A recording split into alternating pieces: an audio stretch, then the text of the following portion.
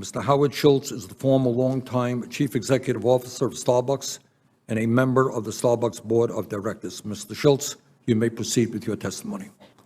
The essential operating approach at Starbucks since 1987, when we had just 11 stores, has focused on values-based decisions.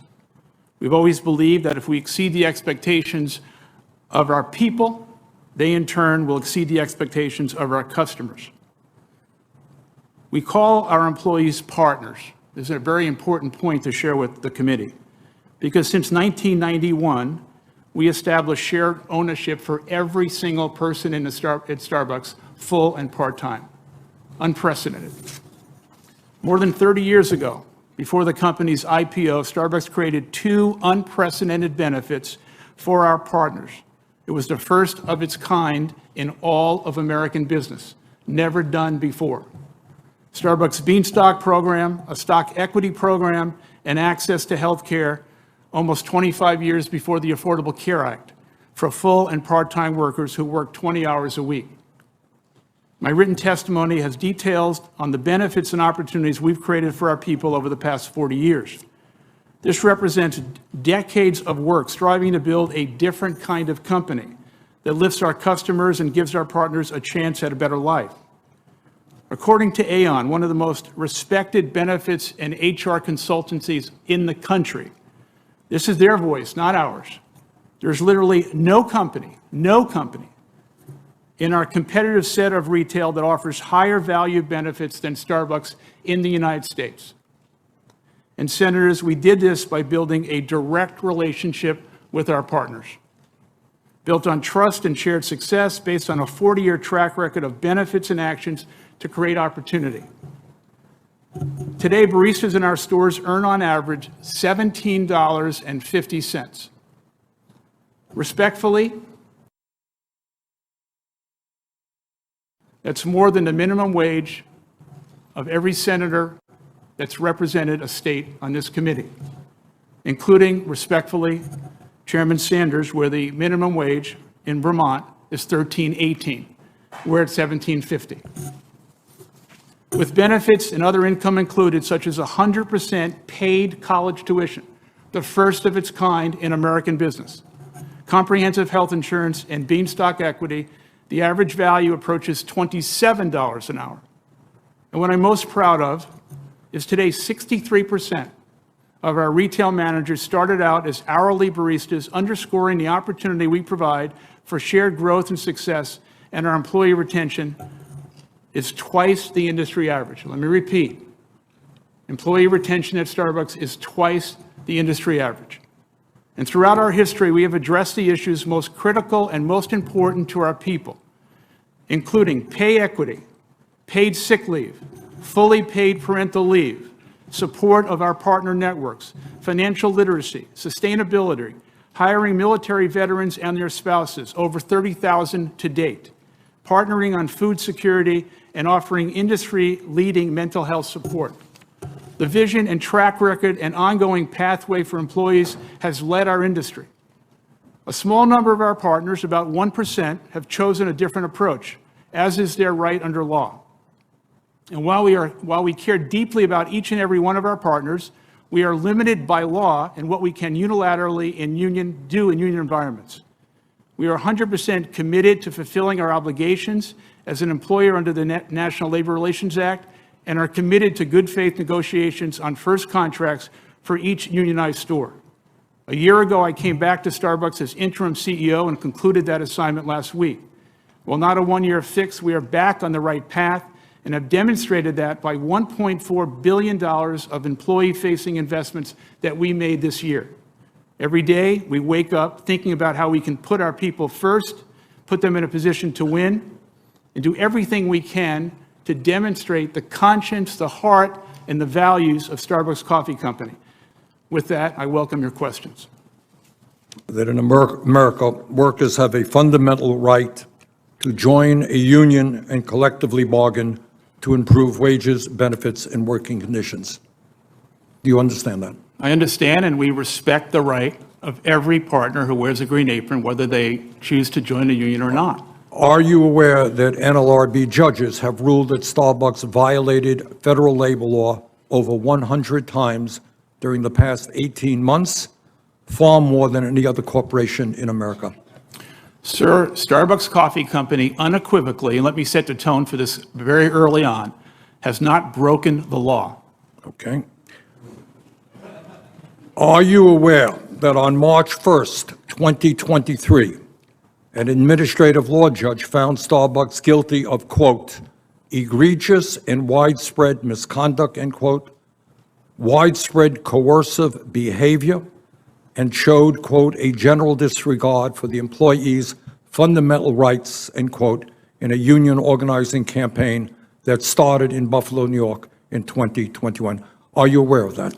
I'm aware that those are allegations, and Congress has created a process that we are following, and we're confident that those allegations will be proven false. All right. Mr. Schultz, before answering the following questions, let me remind you that federal law at 18 U.S. Code Section 1001 prohibits knowingly and willfully making any fraudulent statement. I understand that. Were you ever informed of or involved in a decision to fire a worker who was part of a union organizing drive? I was not.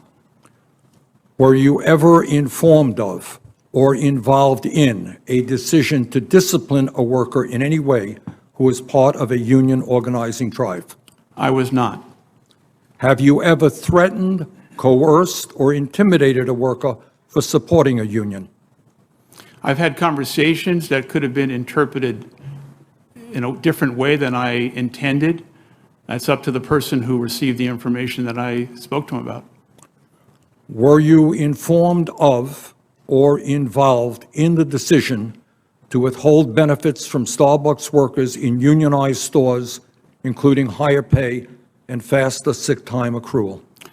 My understanding, when we created the benefits in May, 1 month after I returned as CEO, my understanding was under the law, we did not have the unilateral right to provide those benefits to employees who were interested in joining a union. Am I hearing you say that you were involved in the decision to withhold benefits from Starbucks workers in unionized stores? Is that what I'm hearing? It was my understanding that we could not provide those benefits under the law. Mr. Schultz, have you ever asked the Starbucks worker, quote, if you hate Starbucks so much, why don't you go work somewhere else?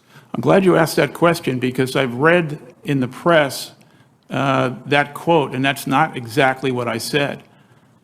Can I tell the story? Do you mind? I have some other questions. I'm sorry. There are a lot of people. I think it's important to hear the facts. All right, you'll have your chance. Will you commit to testifying in any trial where you personally are accused of breaking federal labor law, something that you have been accused of doing nearly 100 times since 2021? Mr. Chairman, let me say under oath, these are allegations and Starbucks has not broken the law. Okay. Mr. Schultz, were you informed of or involved in the decision to close all Buffalo area stores in November 2021, just days before area union elections, in order for Starbucks employees to listen to you give a speech on why they should vote against forming a union, a meeting the NLRB has determined was a violation of the law? I think this is another area that I hope I get a chance to speak about. For the last 12 months, my involvement, my engagement, and my return to Starbucks has been primarily, I would say 95%, focused on the operations of our business, the customer, domestically and around the world. My involvement and engagement in union activities, despite this event today, has been de minimis. I was not involved in any issue of closing stores. Are you aware, Mr. Schultz, that an administrative law judge ordered you to record and distribute a video of yourself reading a notice to Starbucks employees about their rights under the National Labor Relations Act, how Starbucks violated those rights, and to assure that Starbucks will not infringe upon those rights in the future, and that this notice must be posted in all Starbucks stores and shared digitally to all of Starbucks employees? Are you prepared to read that notice? No, I am not, because Starbucks Coffee Company did not break the law. Under your leadership, Starbucks has repeatedly refused to bargain with any of the 7,000 workers in nearly 300 stores where workers have voted to represent themselves through a union. The first group of workers to win their election have been waiting more than 460 days to reach a first contract. Mr. Schultz, will you commit right now that within 14 days of this hearing, Starbucks will exchange proposals with the union, something it has refused to do for more than 450 days, so that meaningful progress can be made to bargain a first contract in good faith? Will you make that commitment? Because the arrangement that was made by the union and the NLRB in Buffalo to negotiate one single store at a time, we have met over 85 times for a single store. We've tried to arrange over 350 separate meetings.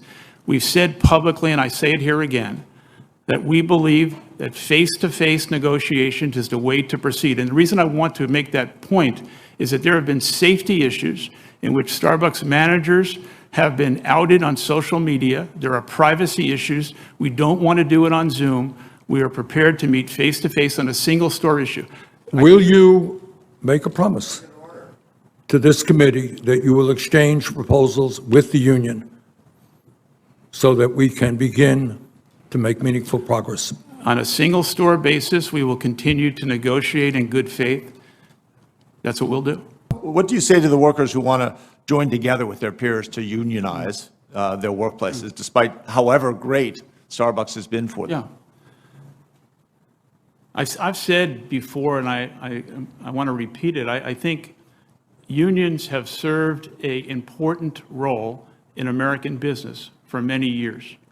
And if you look at the 50s and the 60s, unions generally were working on behalf of people in a company where those people have not been treated fairly, where there's been, in some cases, nefarious acts by the employer taking advantage of the employee.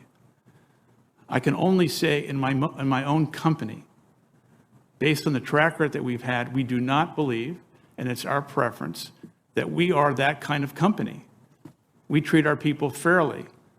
We do nothing that is nefarious. We put our people first. We make decisions based on our people, and we have the track record to prove it.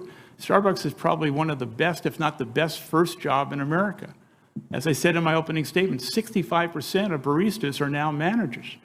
I walked into a store an hour ago, just at 24th and M, just walked in, was met by a guy named Nico, never met him before.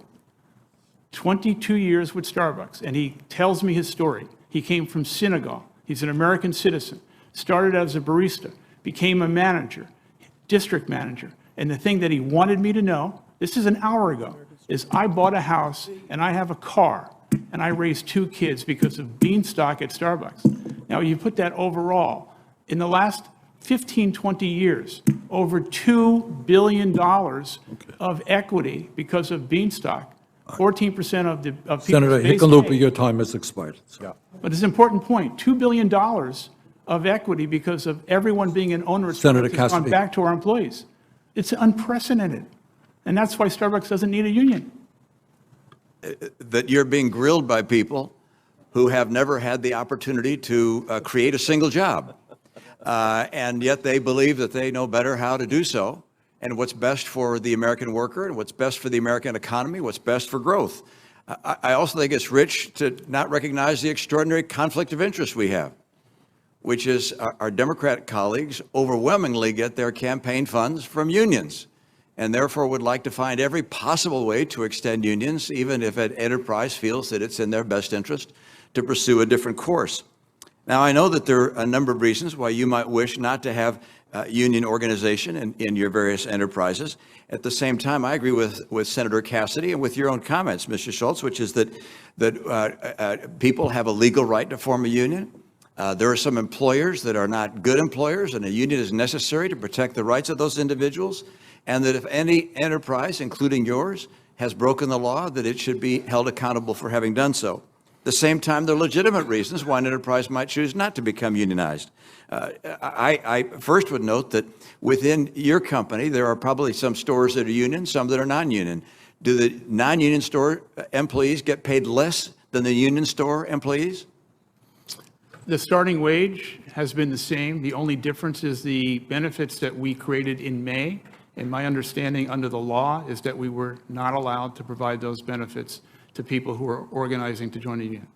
And so, in fact, the non-union stores are actually a little better total package than the union stores. Let me ask you another question, which is make another point, and that is, I would understand why you would not want to have an adversarial relationship between the store manager and the employees that work there. I'd also understand that sometimes in some union enterprises, there are work rules that prevent someone from going from let's say, a barista to becoming a manager. And you've indicated that, if you will, career opportunities for people are enhanced when they're able to move from position to position and become a manager. Is that a concern of yours? No, I mean, can I tell one story? Please. If I can? And it happens to be in the state of Vermont. And I think this is indicative of the situation that we are currently experiencing. There's 7 stores in the state of Vermont that Starbucks has. Of the 7, one of them voted to join a union. This is important fact. 21 Starbucks people, partners, work in that store. How many people do you think voted to either become a union or not a union? Take a guess.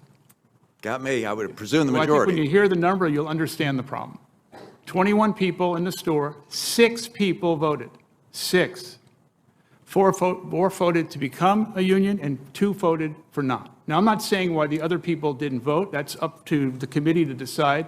But you can imagine there's issues going on in a store like that where people work close together and influence people to do one thing versus the other. But here's the problem.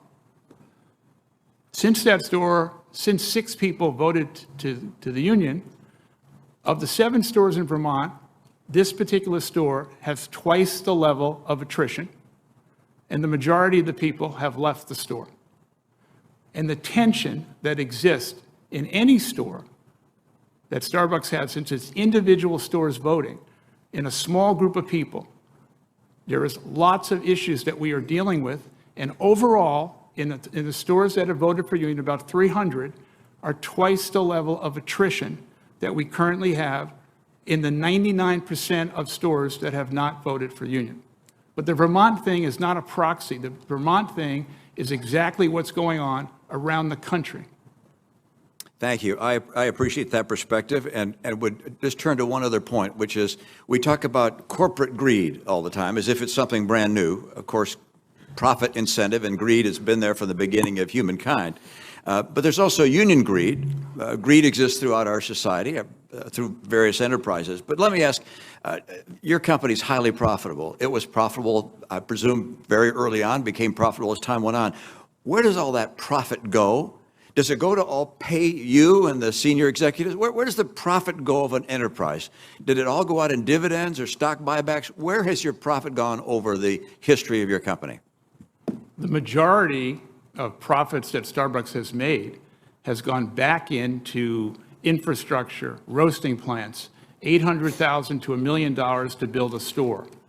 The profits of the company have gone back to the business. Now, what's most important, though, is when we create shareholder value, as we have for Starbucks through the years, our employees, our partners, are sharing our shared success model in that profit because everyone has been an owner. And the first day that I came back, April 4th, 2022, the first day, what did I do? The one thing that would get shareholders across the country who own Starbucks stock angry with Howard Schultz, and that is I stopped our buyback program on the first day. Our stock went down. I was not concerned about that, and I took that money and I invested it right back into our people, which resulted in higher wages 1 month after I came back.